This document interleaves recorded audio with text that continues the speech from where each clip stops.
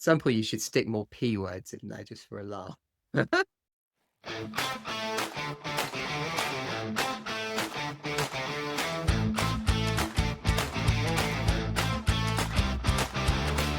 Welcome to the Price Writers podcast with Katrin Townsend and me, Jeremy Keating. Join us as we explore and discuss the world of insurance-related books, offering our insights, recommendations, and crucially, how to apply it to an insurance pricing role.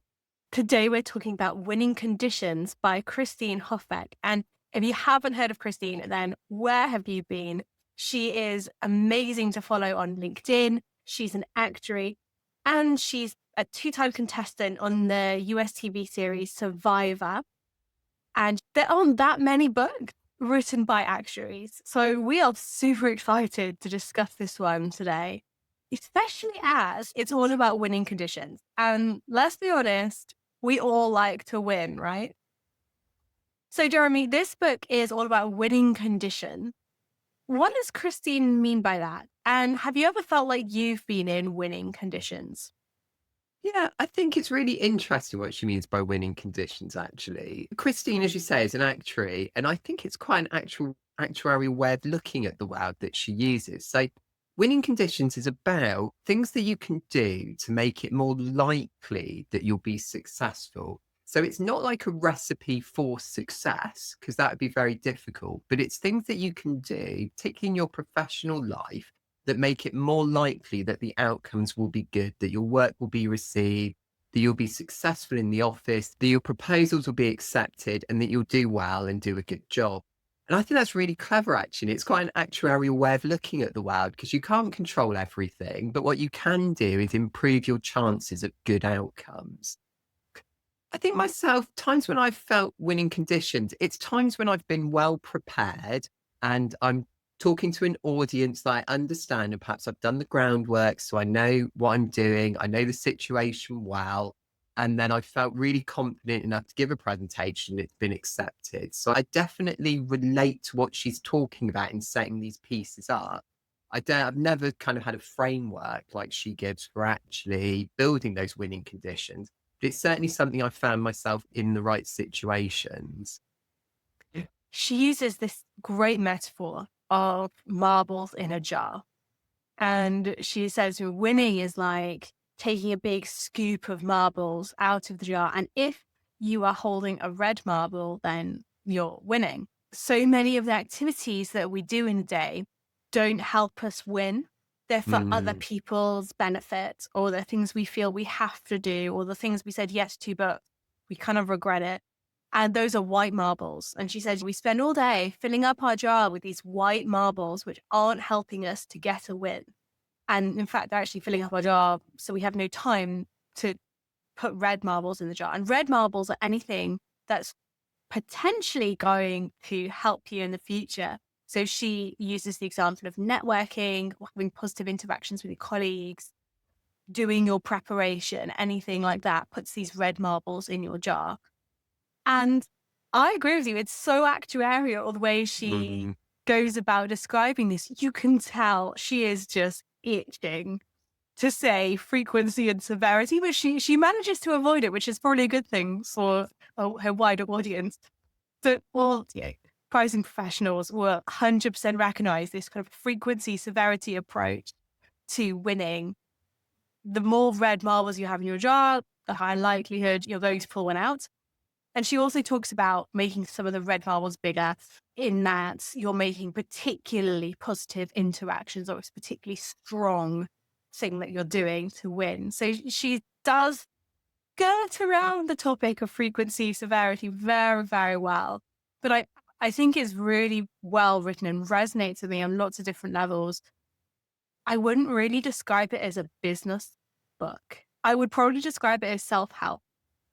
And I'm not the biggest fan of self-help books, which is why I was so surprised that this one resonated so hard with me. I find that a lot of self-help books start by being quite negative. You should be more productive. You should be better at whatever it is that they're trying to sell you or tell you that their technique works. You should do more. You should be more. You're not enough.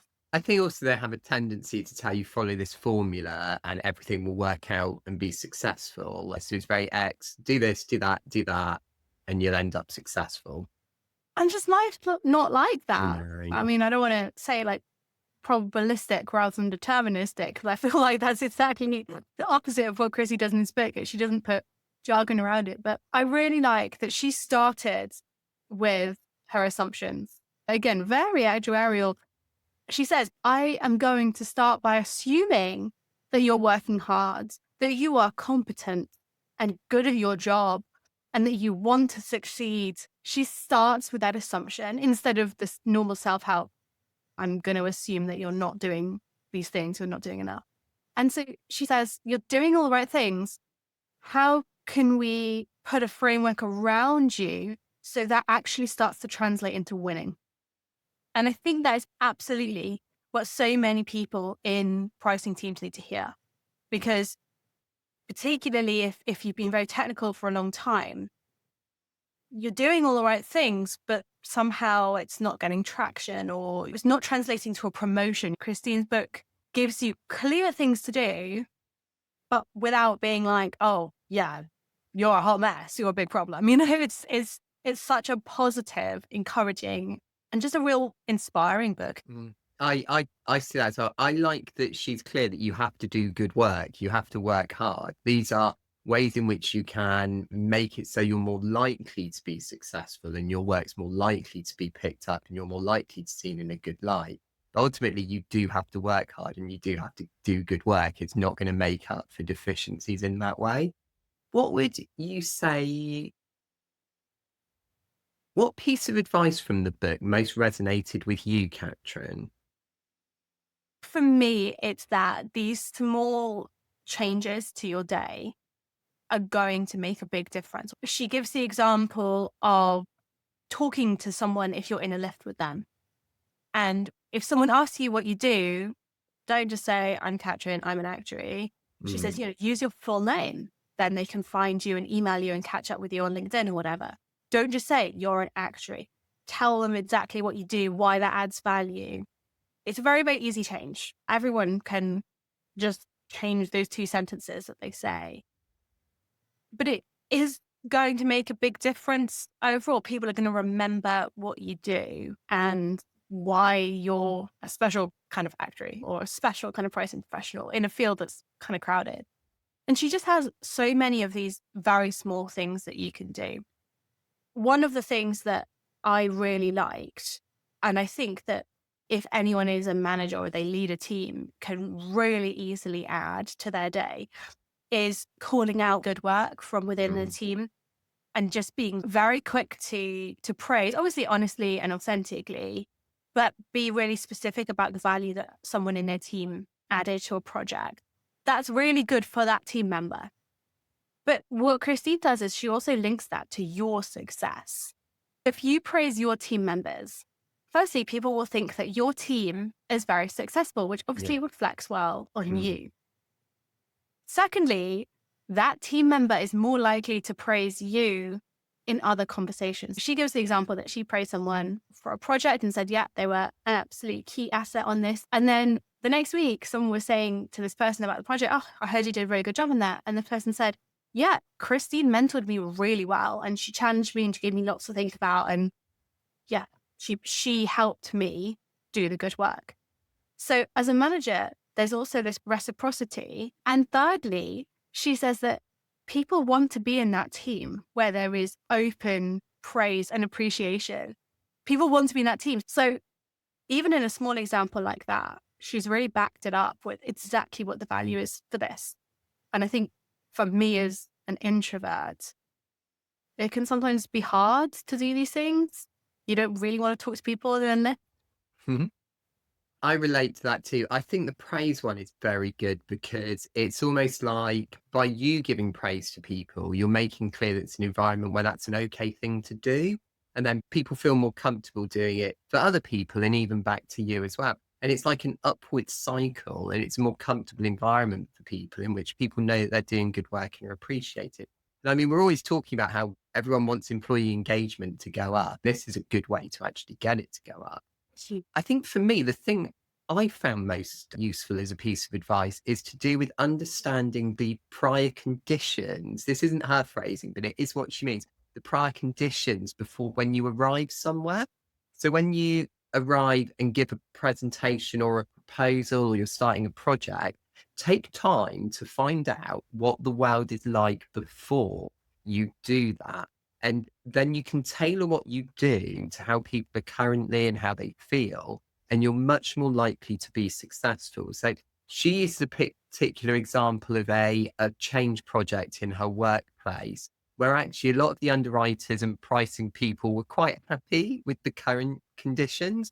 And therefore, it was very uphill to get this change project through because people didn't really want it. But actually, if they'd spent the time to understand why people were happy and where they were unhappy, and then targeted the actual areas where people needed the help, they would have had a much more successful project. Generally, it would have been much easier to adopt. So I found that to be quite good. And I certainly think there are times where perhaps I've done something similar. And I think we all relate to new people coming into the team and they're very enthusiastic, which is great, but they suggest things that perhaps you've tried in the past.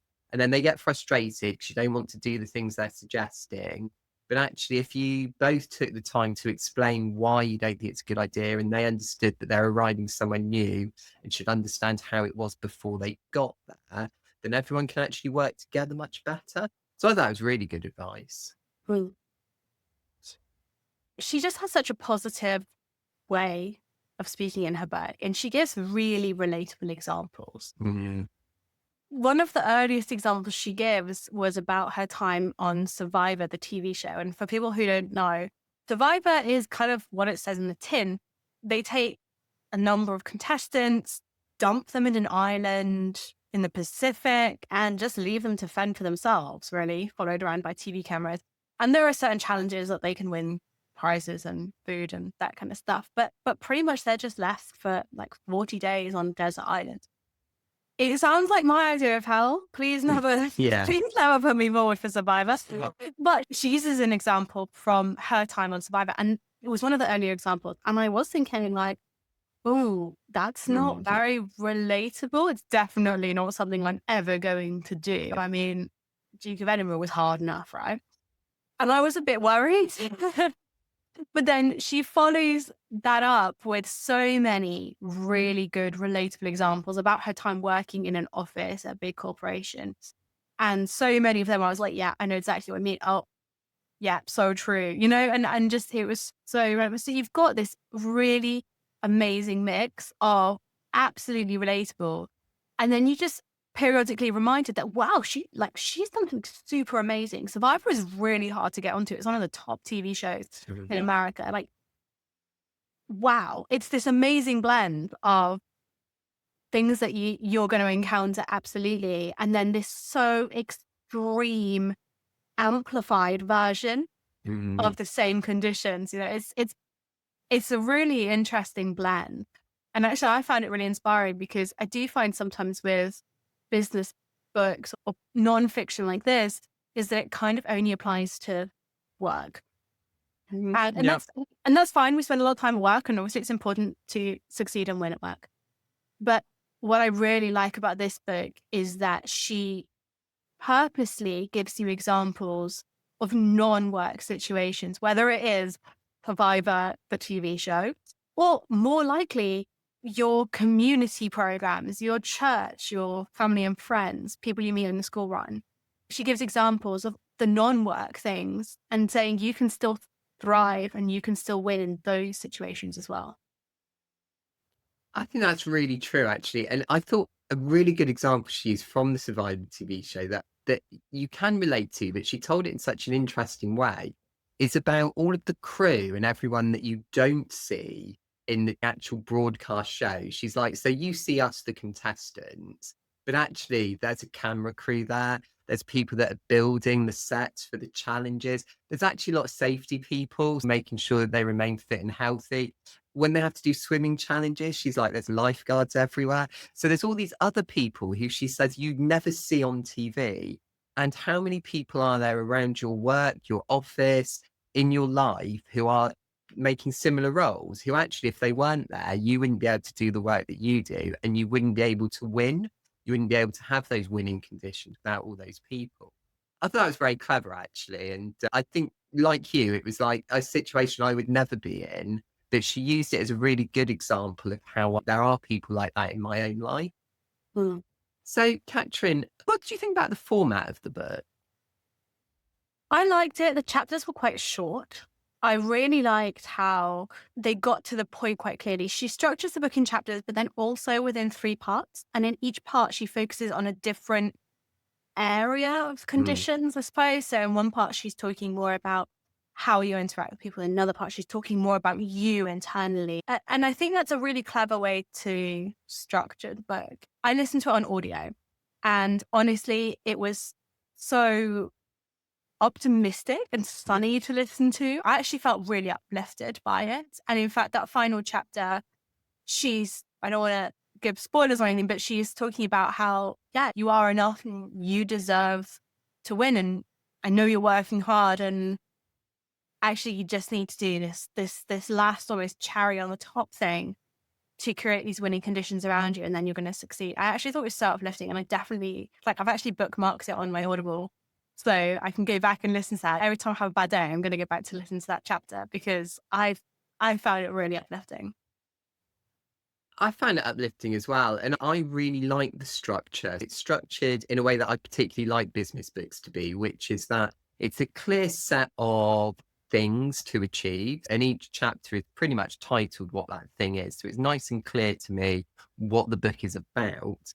And when she does explain things to do and actions to take, it's often followed by an anecdote. And I really like that. So it's a way of bringing that to life as something that's happened in her own life, and this is why she's saying to try this particular thing. And you alluded to the elevator earlier. She tells this anecdote about literally being in a lift and somebody introduces themselves and then she introduces herself back. But she just says her first name and that she's an actuary. And he turns out to be the CFO. So she clearly missed this opportunity to really land who she is and why she's working hard and build her own profile. I just thought that was really good, relatable story. And I like that it's fairly short anecdote, but really brought to life the point that she was trying to make. Coming off of the back of that one, she told a very good story about somebody emailing her and saying, "Oh, do you mind telling me about what an actuary does?" And she was like, "Oh, great. It's someone who wants to learn about actuarial science." But as it turned out, the person's dad was an actuary. And every time they'd ask their dad what they did, he'd been unable to explain it in a way that they understood. So he was hoping that Christine would be able to explain it.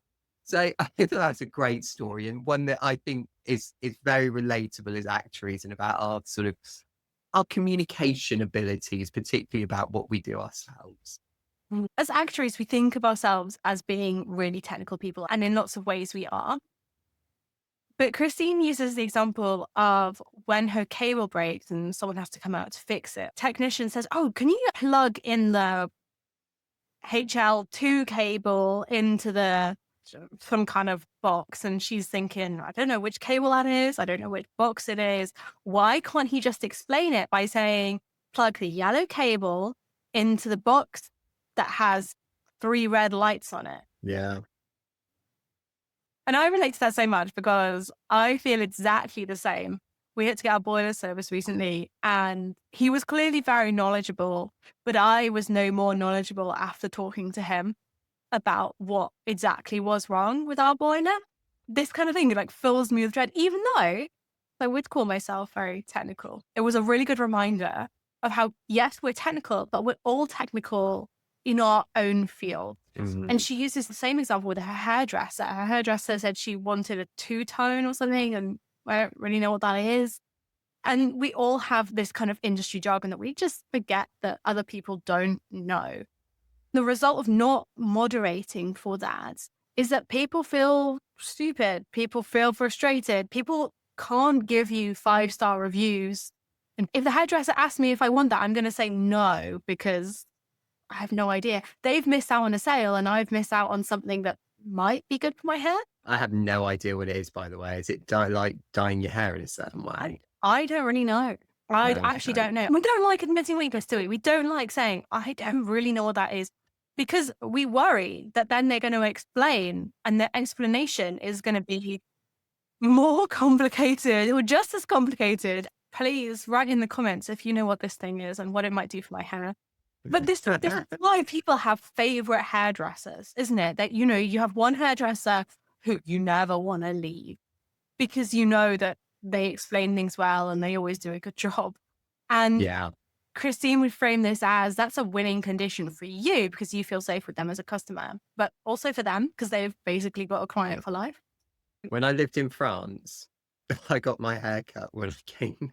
It wasn't I didn't specifically come back to the UK for it, but when I was passing through on the way, I'd get my hair cut. I actually never got my hair cut in France. And they weren't going to ask me in French if I want the keratin hair scrub thing. So, yeah. Who knows? It's terrifying. That's even just your hair, right? I know, yeah. How much more do people think that what we do is overwhelming and complicated? That's why people don't follow up with a question. When you say, I'm Captain, I'm an actuary, that's why there's dead silence in the room. Yeah, So being able to make that more relatable, yeah. I'm the person who prices your car insurance. I mean, maybe you don't want to lead with that. You'll get mixed feelings about that. But something like that, saying something that you're excited about that kind of invites some questions that doesn't just put a total kibosh on the conversation. It's a really good tip. And no matter where you are in your career, you probably know that, but you've also probably forgotten it. Mm. Yeah, I think that's very true. Really true. All right, Jeremy, would you recommend this book? And who do you think would most benefit from it? I would recommend this book. I thought it was very good. There was a lot that people can take away from it. And like you said, it's uplifting. So even if you read through it and you're like, oh, there's a lot of these I kind of already know how to do, but it's useful to see it as a list. Even then, I came away from it having enjoyed the book. That's often quite a big win when it comes to reading, actually. So I would recommend it. I'd say it's most beneficial for people that are early in their careers and also people that are maybe moving into management for the first time. And I think these are often two quite big transitions for people. And I think it is very useful to have a good book like this to explain it through.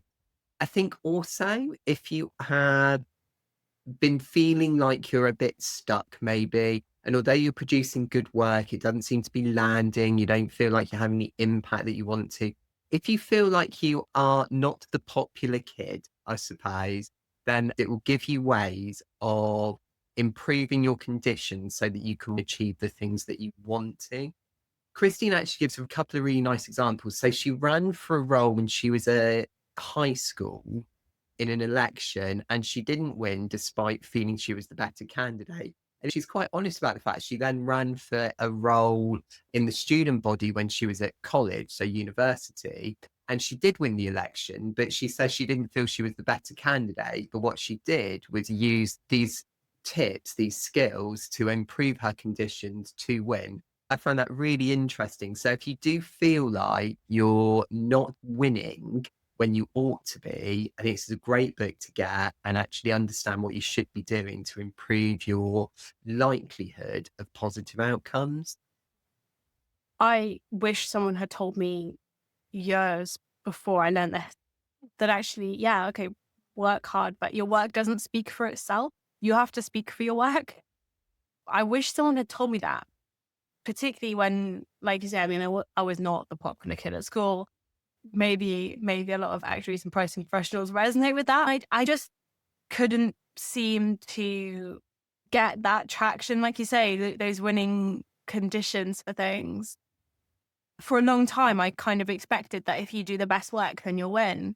And that's not always the case. And Mm, she puts it really clearly on exactly why that is. And honestly, the short answer is that people can only choose you or vote for you or help you win if they know about it. In fact, one of the things that she suggests I've actually already done today, she suggests that if you have to say no for things because you're too busy or you have other mhm. projects on that you really need to do. So she was saying that when she was writing her book, someone asked her if she could make a course for them, a training course. And she said, very honestly, I would really love to help you with this, but I can't because I'm looking for a literary agent for my book. So I'm I'm going to have to pass, but maybe in future. But because she'd been really honest and very specific about exactly why she was saying no, it actually allowed the other person to help her with that. They said, actually, I know a literary agent. I'll put you in touch.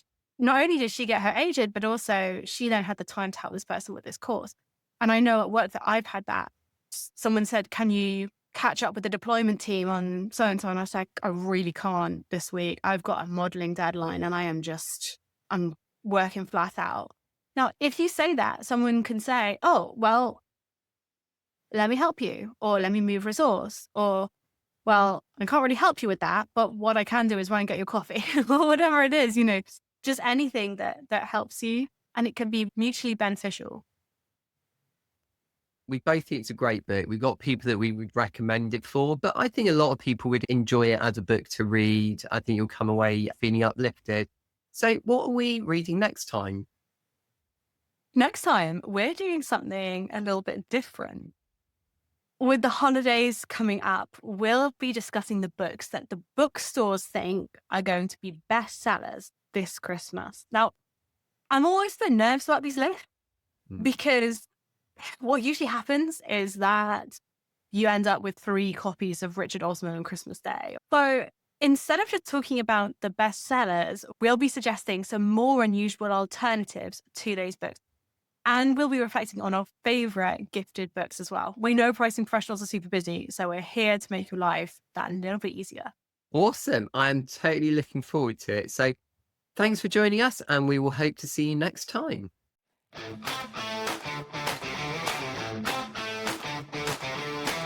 Price Writers transforms pricing professionals into the most respected leaders in insurance. Find out more about our new Price Writer Pro platform by visiting pricewriters.com.